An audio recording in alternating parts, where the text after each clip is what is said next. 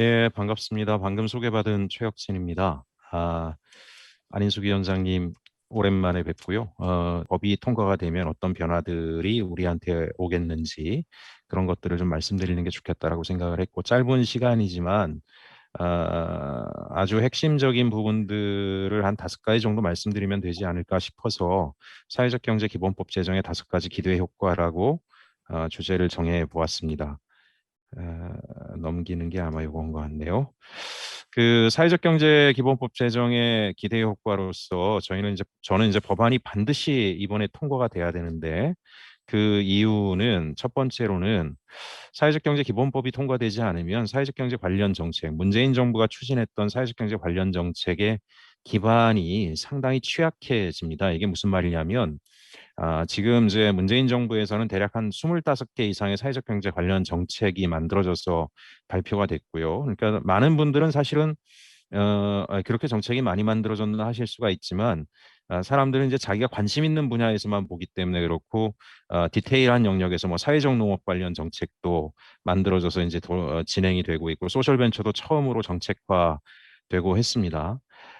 사회적 경제 관련 정책이 사실은 이게 입법적 기반이 없게 되면 이 문재인 정부만의 독특한 정책으로 끝나버릴 가능성이 상당히 높습니다. 물론 이왕에 시작된 정책이니까 다음 정부에서도 유지가 될 수는 있겠지만 경우에 따라서는 안 해도 그만인 거죠. 이게 무슨 얘기냐면 사실 정부가 어떤 예산을 투입해서 정책을 입안하는 데 있어서 가장 기본적인 것은 국민과 약속, 국회를 통해서 만들어진 입법적 기반입니다. 법적 근거가 있을 때 그걸 통해서 할 수 있고요.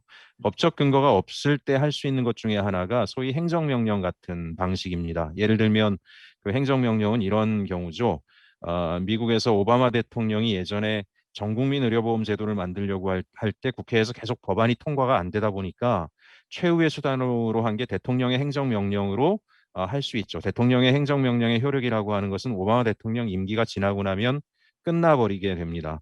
사실 문재인 정부의 사회적 경제 정책의 상당수는 문재인 정부가 출범할 때 했던 국정과제, 100대 국정과제에 사회적 경제 관련된 내용과 공공기관 사회적 가치 실현이라고 하는 내용 23번과 26번 과제 안에 들어가 있는 것을 근거로 해서 사실은 행정부가 발표한 정책은 장관의 일종의 행정 집행이 되겠죠.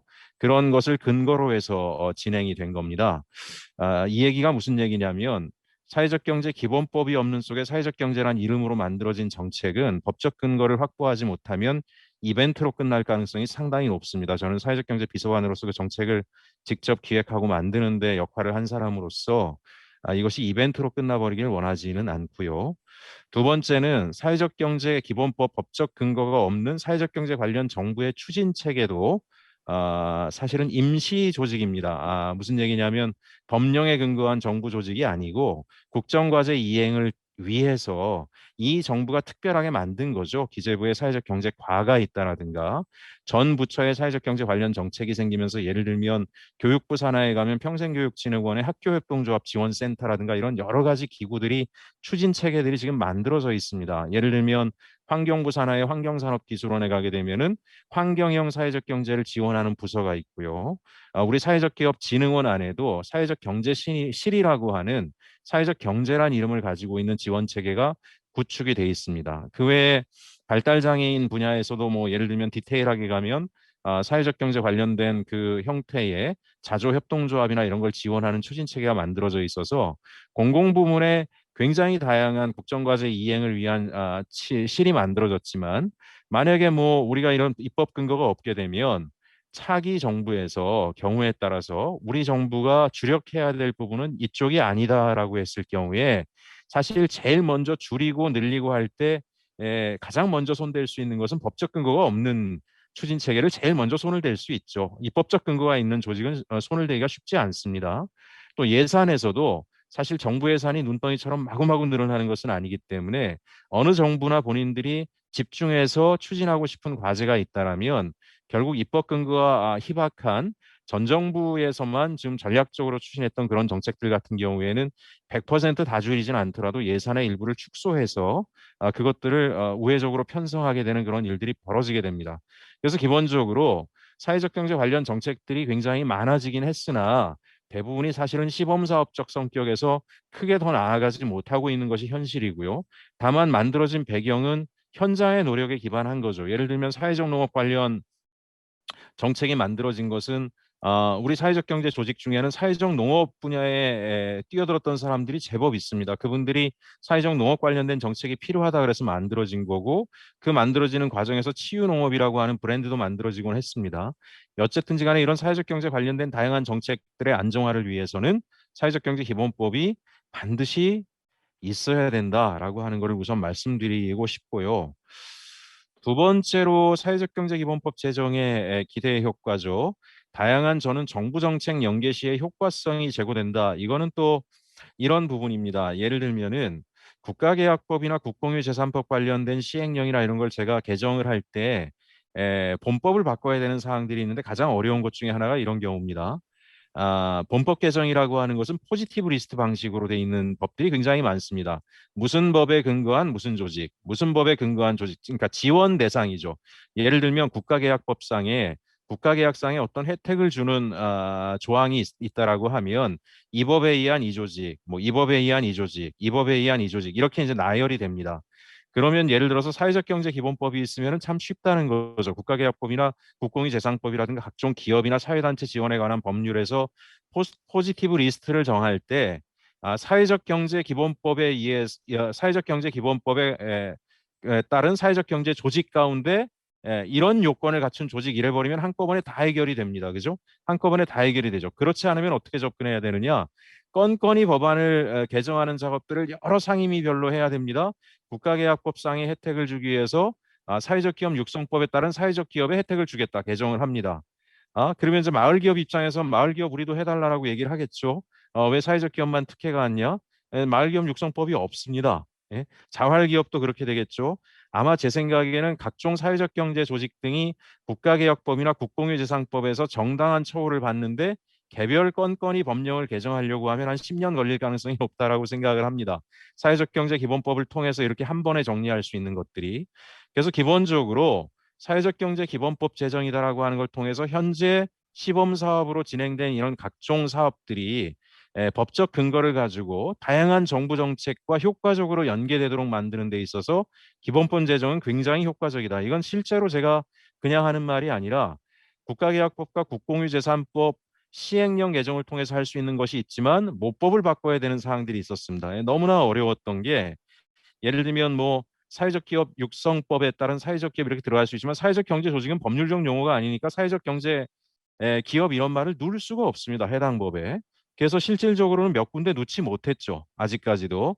공익적인 목적이나 또는 비영리를 목적으로 운영되는 경제사회 조직에 대해서는 국가개혁법상 국공유재산법상 이익을 줄 수 있다라고 하는데 그러면 공익적인 목적으로 운영되는 조직이 누구냐라고 하면 포지티브 리스트로 들어가 있는 거예요. 거기에 하나하나 다 놓으려고 하면 하세월인 거죠. 전 단계까지는 할 수 있었지만 후 단계까지 나가려면 사회적 경제 기본법이 제정이 돼야 되고 정부는 사회적 경제 기본법 제정이 되면 해당 법안의 모법을 개정해서 사회적 경제 기본법에 따른 무슨 요건을 가진 조직은 국가계약법상 국공유재산법상 이런 이익을 받게 하겠다 이런 입장을 가지고 있는 겁니다. 어쨌든지 간에 이 문재인 정부가 끝나기 전에 그런 면에서도 사회적 경제 기본법 제정을 반드시 시키는 게 좋겠다라고 하는 말씀을 드리고 싶고요. 세 번째로는 지방정부의 사회적 경제 정책 강화입니다. 250개 자치단체들이 있는데요. 전체적으로 조사를 해보면 사회적 경제 기본법 체계가 없다 보니까 자치단체 간의 편차가 상당히 큽니다. 이 불안정한 시스템을 우리가 극복을 해야 됩니다. 현재의 불안정한 구조는 뭐냐면은 지자체장의 의지에 따라서 천편일률적으로 다르다라는 거죠. 자치단체장이 사회적 경제에 관심이 많으면 조례를 만들든 어떻게든 근거를 만들어서 하게 됩니다. 하지만 재작년 10월에 행정안전부 장관을 통해서 각 자치단체에 사회적 경제를 위한 참고할 수 있는 표준 조례 및 추진체계 구축에 대한 권고안이 내려졌습니다. 당시 진영 장관께서 그래도 힘을 실어주신다고 전국의 광역 부단체장들을 다 배석시킨 자리에서 사회적 경제의 모든 자치단체가 전심전력을 다해달라 각각의 추진 체계를 만들 때는 거버넌스는 이런 방식으로 정부 부처 안에서의 소위 지자체 안에서의 정책 간 조율을 위해서는 부시장이나 부지사가 참여하는 각 부처 국장들이 참여하는 회의를 정기적으로 해서 사회적 경제 관련 정책들의 추진 현황들을 점검해 달라라든가 이런 부분들을 소위 지자체 평가에 반영을 하겠다라든가 이런 여러 가지 권고안이 들어갔음에도 불구하고 한 2년 가까운 세월이 지나갔지만 이런 것들을 적극적으로 정책에 반영하는 지자체의 숫자는 굉장히 제한적입니다. 우리 사회연대경제지방정부협의회의 한 50여 개 자치단체가 가장 선도하고 있고요.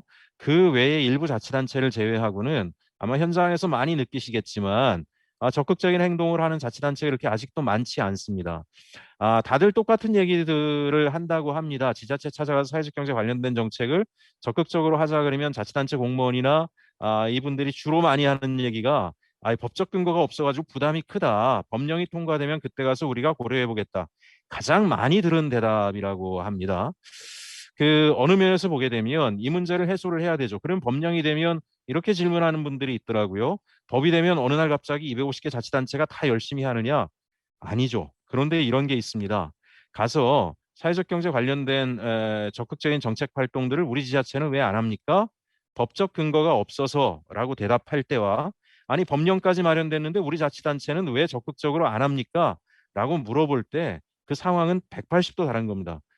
예를 들어서 예전에 제가 신용협동조합 관련된 활동을 할 때인데 신용협동조합에서 관련된 사회적 경제를 위한 특화된 금융 무슨 프로세스를 만들어 보자라고 했을 때 신협 내부의 간부 직원들이 아예 법령에도 없는 그런 거를 왜 합니까? 라고 얘기하는 그런 상황과 최근에 신협에 관련된 여러 가지 조항들이 금융위를 통해서 다 개정이 됐죠. 개정 법안도 지금 발의가 돼서 국회에 가고 있습니다. 그러니까 이제 알아서 움직이지 않습니까? 물론 이제 신협들 모두가 움직이는 건 아니지만 신협들 속에서도 그런 안정된 기준이 생겨나니까 사회적 경제 조직에 대해서 금융 프로세스를 만드는 조직들이 늘어나고 있습니다. 금융 역할을 하는 것이. 그래서 기본적으로 기본법 제정이라고 하는 걸 통해서 여러분들이 지방 정부를 관계하는 방식과 법령이 근거가 없을 때 지방 정부를 설득하는 것은 차원이 다른 국면에서의 교류가 되고 교섭이 될 거다라고 하는 부분들을 좀 말씀드리고 싶고요. 네 번째는 사실 민간 영역으로 넘으면 사회적 경제 기본법은 도대체 어떤 효과를 줄 수 있느냐 민간에 저는 가장 큰 것은 정체성의 공유라고 생각을 합니다. 개별법 협동조합을 유지하는 나라와 그 일반법의 협동조합법을 유지하는 나라들이 완전히 다르죠. 대표적인 사례가 캐나다와 일본, 유럽을 볼 수 있습니다. 세 개의 특별한 국가들을 놓고 말씀드릴게요. 협동조합 사례를 가지고 프랑스, 일본, 캐나다를 보시면 예를 들면 캐나다의 협동조합법은 이렇게 되어 있습니다. 협동조합법입니다. 단일한 법이고요. 그 안에 들어가면 법률의 조항에 소비자 협동조합에 관한 법률 조항이 따로 일부 부속 법안으로 들어가 있고 노동자 협동조합에 관한 법률이 부속 법안으로 들어가 있습니다. 한 개의 협동조합 법안에 그러면 어떤 게 되겠습니까? 협동조합 법에 설립된 모든 종류의 협동조합은 다 연합회 구성이 가능합니다. 그래서 우리가 왜 한국은 이런 거 안 해요? 라고 물어보긴 하지만 캐나다 가면은 협동조합 연합회 가게 되면은 부문연합회도 있지만 뭐 신협도 들어와 있고 뭐 노동자 협동조합도 들어와 있고 다 들어와 있습니다. 경우에 따라서는 그렇게 해서 역할을 합니다. 세계적으로 유명한 트렌티노, 이탈리아의 트렌티노 협동조합 연맹에 가게 되면 크게는 네 가지 부문이죠. 소비자 부문, 노동자 부문, 금융 부문, 서비스 부문. 네 개 협동조합이 한 연맹 안에 들어와 있습니다. 그리고 네 개 협동조합 연맹이 서로 간에 협약을 한 게 있습니다. 각자의 사업 영역은 침해하지 않고 협력을 통해 발전한다. 이게 무슨 얘기냐면 소비자협동조합은 금융 안 할 테니까 금융협동조합이 소비자협동조합에 대해서 금융 지원 하겠다라는 얘기입니다. 소비자협동조합은 농산물 생산 가공에 참여하지 않겠다. 그거는 농업협동조합이 하면 그 협동조합의 생산품을 우리가 적극적으로 소비하겠다라고 하는 겁니다. 이런 형태로 돼 있어서 공동의 연맹을 통하니까 금융 기반도 탄탄하고요. 일단 큰 소비자협동조합을 통해서 시장도 탄탄하죠. 거기에 농업생산이라든가 가공생산협동조합들도 아주 탄탄합니다. 왜? 투자 기반을 가지고 있기 때문에. 그러면 일본은 어떻게 되어 있느냐? 일본은 개별법 체계로 되어 있습니다. 각각의 법령에 의해서 소비자협동조합, 소비자생활협동조합법에 의한 생협, 그죠? 그다음에 무슨 산업조합법에 의한 무슨 조합. 일본 가면 각각의 협동조합들이 유형이 다른 협동조합의 연맹 체계가 잘 안 만들어지고요. 협동조합이 성장하면 여러 가지 서비스가 필요하니까 단일 협동조합이 다 하게 됩니다. 예를 들어서 일본 생협만 보시더라도 일종의 공제 사업도 하고요. 그 안에서 생산, 가공, 판매에 다 결합되는 사업들을 합니다. 그러지 않으면 경쟁력을 갖출 수가 없고요. 이제 그렇게 해서 일정하게 먼저 시작한 협동조합이 완결 구조를 갖추면 다른 새로 생겨난 작은 협동조합의 비빌 언덕이 돼줘야 될 아무런 이유가 없습니다. 공동의 협력을 해야 될 이유도 없고 법적 근거도 없고, 그래서 새로 생겨난 작은 협동조합들은 큰 협동조합들한테 너네가 지금 우리들을 같이 포용해서 같이 성장해야 되는 거 아니냐라고 얘기를 하지만 그래야 될 아무런 이유가 없는 겁니다. 그럼 이제 프랑스 같은 경우 좀 다르죠. 프랑스는 개별법 체계로 협동조합들이 돼 있지만 그 위에 일반 협동조합법을 만들어 놨습니다. 무슨 얘기냐면 모든 협동조합의 공통조항은 일반 협동조합 법안에 들어가 있고요. 특수조항은 개별법으로 들어가 있습니다. 그러다 보니까 개별 협동조합 체계로 발전을 하더라도 필요하면 일반법에 의해서 상호 간에 다양한 사업 연대체를 꾸릴 수 있습니다. 자, 그러면 프랑스에서조차도 사회적 경제 기본법을 왜 만들었냐면 사회적 경제 역사가 발전하다 보니까 협동조합 법인 형태가 아닌 형태의 다양한 사회적 경제 조직들이 생겼습니다. 굉장히 규모가 작죠. 왜냐하면 신빈곤 시대에 만들어졌기 때문에 장애인들이 만든 작은 기업, 무슨 뭐 조그만 동네에서 마을의 학교를 살리기 위한 작은 협동조합 뭐 이런 것들이 곳곳에 엄청나게 많이 생겼습니다. 이 협동조합들은 시대 정신은 반영하고 있는데 금융적 기반도 취약하고 규모가 작다 보니까 경영상의 어려움들이 상당히 큽니다. 이 문제를 해결하려면 사회적 경제라고 하는 기본적인 정체성을 통해서 새롭게 연대연합할 수 있는 기회를 열어줘야 되겠다라고 한 게 프랑스의 사회적 경제 기본법입니다. 그래서 기본적으로 모든 종류의 사회적 경제 조직들에 대해서 당신들이 사회적 경제야 공동의 정체성을 가지고 있으니까 서로 협력하면 좋겠다. 마치 종류가 다른 협동조합들한테 일반 협동조합 법이 있고 또는 보편적인 협동조합 법 체계를 통해서 그 각각의 협동조합들이 본인들이 원한다면, 원하지 않는 데는 하지 않겠지만 원한다면 얼마든지 소위 연대 연합체를 구성할 수 있게 함으로써 대외적인 경쟁력을 갖출 수 있게 해준 게 사실 그런 변화인 것처럼 이걸 좀 더 확장해서 법인 형태가 다른 다양한 사회적 경제 조직들과도 공동의 비즈니스를 할 수 있게끔, 공동의 연대 협력을 할 수 있게끔 해주는 게 1차적으로는 법적 정체성을 공동에게 부여하는 거죠.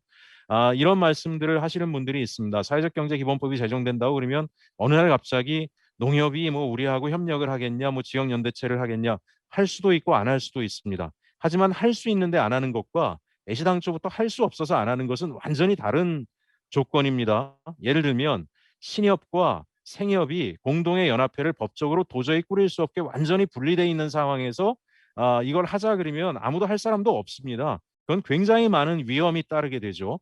근데 할 수 있는데 안 하고 있는 거는 조합장 바꾸면 언제든지 할 수 있습니다.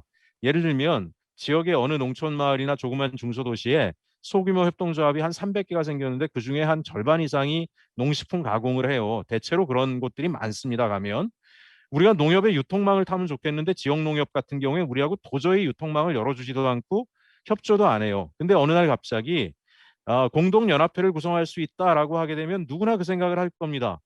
그러면 연합회 안에 다 같이 만들어 가지고 유통망을 타면 되겠네. 그럼 그 다음에 우리가 생각할 수 있는 방법은 뭐겠습니까? 조합장 바꾸면 되겠네. 내가 농협조합장 출마할게. 공약은 지역에 있는 소규모협동조합하고 공동연합회 만들게. 법적으로 가능하니까. 적어도 상상력이 가능하고 실행으로 옮길 수 있는 근거가 생기는 거죠. 어찌 보면 이런 근거가 없는 상황에서 우리가 이런 방향으로 가야 되는 거 아니야? 그거는 어찌 보면 저는 요즘에 이제 젊은 친구들이 싫어하는 것처럼 소위 그게 뭐죠? 라떼입니다. 라떼. 우리 때는 조직이 달라도 법적 근거가 없어도 헌신하면서 월급이 적어도 일을 했다. 이렇게 갈 수는 없는 겁니다. 이제는 환경을 만들어서 하고 싶은 사람들은 해라. 하기 싫은 사람은 안 하면 되는 거니까요.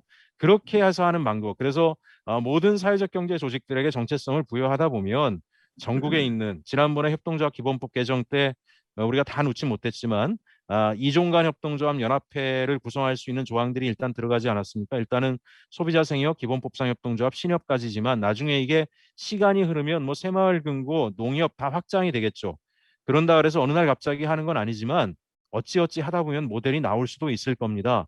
왜냐하면 뭐 우리 임실치즈 농협이나 이런 곳들이 그 정도 마인드를 가진 농협이라면 제도 환경이 바뀌면은 수도권에 무슨 판매장 하는 소비자생협이나 이런 데하고도 나도 우리 연합회에서 하면 너네 우리 거 팔아줄래 하고 나올 수도 있는 겁니다.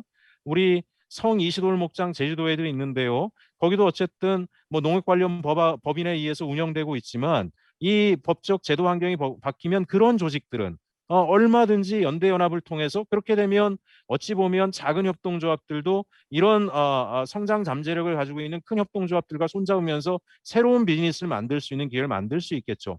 그래서 어찌 보면 저는 정체성의 공유를 통하면 어디로 튈지 모르지만 다양한 사람들이 여러 가지 연대연합을 할 수 있는 장이 열린다. 이건 어마어마한 변화일 거다라고 저는 생각을 하고 여기에 많은 기대를 하고 있습니다. 마지막으로 너무나 뻔한 얘기일지 모르지만은 불필요한 이념적 공세가 이제 마무리되겠죠. 사회적 경제가 무슨 사회주의 경제냐 이런 얘기 더 안 해도 되고요. 그러다 보니까 실질적으로 이런 게 있습니다. 지역에 가면 저도 지금 공공기관에 와 있지만 공공기관들도 그렇고 민간 기업들도 그렇고 사회적 경제 조직하고 파트너십을 통해 가지고 뭔가를 해보려고 하는 마음들도 없지 않아요. 하지만 최소 수준으로 합니다. 이게 너무 달렸다가 다음 정부 가서 너네 너무 달린 거 아니야? 이렇게 말 들을까 봐 걱정하는 겁니다. 법적 근거도 없는 그런 것에 대해서. 그리고 결국은 입법적 근거가 있는 조직으로 제한하게 됩니다. 예를 들면 사회적 기업 육성법에 의한 사회적 기업으로만 최소 수준으로 구매를 한다라거나 위탁 서비스를 한다라거나 공동의 프로그램들을 만들죠. 이걸 좀 더 확장해서 사회적 경제 기본법이 되게 되면 사회적 경제 기본법의 다양한 조직들하고 협력 사업들이 파트너십이 넓혀지게 되고요. 규모도 커지게 될 겁니다. 법적 근거가 명확해지니까. 어찌 보면 사회적 경제 조직만 볼 게 아니라 사회적 경제를 호기심으로 바라보고 있는 타 경제 사회 주체들이 사회적 경제와 손잡고 뭘 해볼 수 있게 나설 수 있는 그런 굉장한 전환점이 될 거고 아마 향후 10년, 이전 10년 포함하면 사회적 경제 기본법은 한국 사회에 가장 큰 충격을 주는 그런 법안이 될 것이다라고 생각을 합니다. 특히 사회적 경제로의 진입이 다변화됨으로 인해서 사회적 경제의 양적 성장도 많은 변화가 있을 텐데요. 이런 말씀하시는 분들이 있습니다. 그 사회적 경제 무늬만 사회적 경제 조직이 막 늘어나는 것이 뭐 무슨 의미가 있냐? 맞는 말씀입니다. 그런데 양적으로도 확산되다 보면 또 질적으로 좋은 기업도 나오는 법이고요. 정부라는 조직은 아무래도 그렇습니다. 같은 국민의 세금을 투입해서 효과성이 높은 정책에 관심을 더 두게 돼 있습니다. 사실 그 계속 그런 논란들은 있습니다. 그래서 예산이 조금씩 깎였죠. 대표적인 경우가 사회적 기업 예산입니다. 사회적 기업이 이제 한 10년 이렇게 됐습니다. 2007년도에 사회적 기업 인증 제도가 도입이 돼서 벌써 한 15년째 가까이 되고 있는데 계속 그런 논란이 됩니다. 매년 2천억씩 투자해가지고 지금 15년 동안에 2천 몇백 개 기업을 만든 게 이게 효과성이 있는 정책이냐? 우리는 가치를 하기 때문에 가치를 보고 해야 된다라고 얘기하지만 이쪽에 대해서 사전 지식이 없거나 또 다른 용도로 돈을 쓰고 싶은 사람들은 계속 그런 부분들에 대해서 이야기를 합니다. 사회적 경제 기본법의 확장을 통해서 전체 사회적 경제 섹터가 우리 사회 안에 중요한 포지셔닝들을 해나가는 것들이 가시적으로 드러나고 기존에 성공한 조직들이 다소 가치성은 떨어질지 모를지라도 결국은 사회적 경제 바운더리 안에서 평가되고 통계화되고 하는 과정을 통해서 사회적 경제의 후속 주자, 후발 주자들을 위한 정책도 훨씬 더 강하게 만들어질 수 있기 때문에 이 사회적 경제 기본법 제정을 통해서 사회적 경제라고 하는 이 섹터를 명확하게 합법화하고 제도화할 필요가 있고요. 그걸 통해서 다양한 부문에 투자든 지원이든 정책이든 추가 입법이든 관계법령 다른 정책과의 링크든 이런 것들이 활발하게 만들어질 수 있는 환경을 만드는 것이 지금 우리가 사회적 경제를 다시 한번 점프업 시킬 수 있는 그런 기회가 아니냐. 그래서 결론적으로 말씀드리면 어쨌든 이상 뭐 제가 생각할 때는 5가지 부분이 가장 중요하게 기대할 수 있는 효과일 것 같은데요. 그런 걸 통해서 이 지금 토론에 참여하신 많은 분들이 좀 사회적 경제 기본법 제정을 통해서 재정법을 통과를 위해서 적극적인 목소리를 결국 국회는 대의제 민주주의 하에서 운영이 되기 때문에 얼마나 많은 국민적 목소리와 관심이 있느냐에 따라서 우선순위가 항상 정해지게 돼 있고요. 그런 부분들에 대해서 우리가 적극적인 목소리를 좀 같이 내보자 이렇게 말씀드리고 싶습니다. 예, 이상입니다.